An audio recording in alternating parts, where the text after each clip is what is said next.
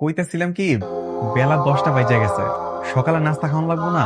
ফকিন্নির বাচ্চা, সকাল 10টা তোদের কাছে অনেক সকাল, আমাদের কাছে ভোর রাত।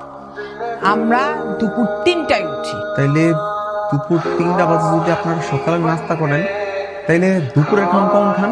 সন্ধ্যাবেলায় খাবো কেন? তাতেও তোমার সমস্যা? না, সমস্যা নাই। তার মানে দুপুরের খাওয়া যদি সন্ধ্যাবেলা খাওয়া হয়, তাহলে রাইতের খাওয়া খাওয়াবো ভোর রাত 3টা বাজে। ভালো ভালো।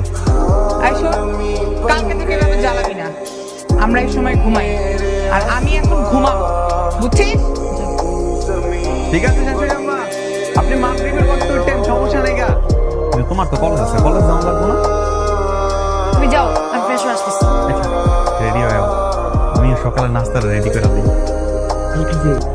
এটা তো ভাই অনেক ভালো লাগছে। এই ভাই, আমাদের একটা কাপড় লিখছে, এটাই তো এটা। হ্যাঁ, ওই যে কালকে যে বিয়ে করেছিল আমরা। হাই নাই নাই নাই। দাঁড়ান ভাই, দাঁড়ান।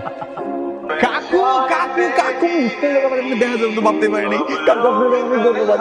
আপনার লেগে আমি এত সুন্দর একটা বউ পাইছি। কাকু, আপনি তো আমাকে দোয়া করবেন। কোনদিন সুখে শান্তিতে এই সংসার জীবনটাকে পালন করতে হবে।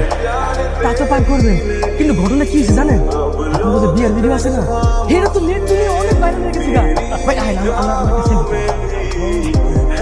এই বউ তোমার দেখা যাচ্ছে একটু সুন্দর মতো পাগল দেখি। আইতাছে। এদিকে সত্যি লজ্জা করে না? তুমি ওদের কাছে আবার সুখের সংসারের জন্য দোয়া চাইতেছো? ওমা, আমার তো নতুন বিয়ে হয়েছে না, দোয়া চাও না তো কি চামো, দোয়াই তো আসল জিনিস। তুমি নিজে বিয়ে করছো না জোর করে ধরে বেঁধে আমাদের বিয়ে দিয়ে দিছো? শোনো, বিয়ের সাথে সবকিছু উপরওয়ালার কাছ থেকে ঠিকঠাক করা থাকে। আর আমি কিনা খাইতেছি না চুরি করে খাইতেছি, হেরা বিষয় না।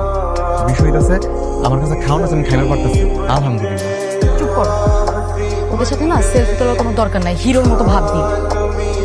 চলো এখন। এই কই যাইতাছো? আমার এত সুন্দর একটা নায়িকার মতো দেখতে বউ, এগুলো একটা সেলফি তুলি, চলো। হাত ছাড়ো, আরেকবার যদি হাতটা ধরছো না, হাতটা ভেঙে একদম বট গাছের সাথে ঝুলে রাখ।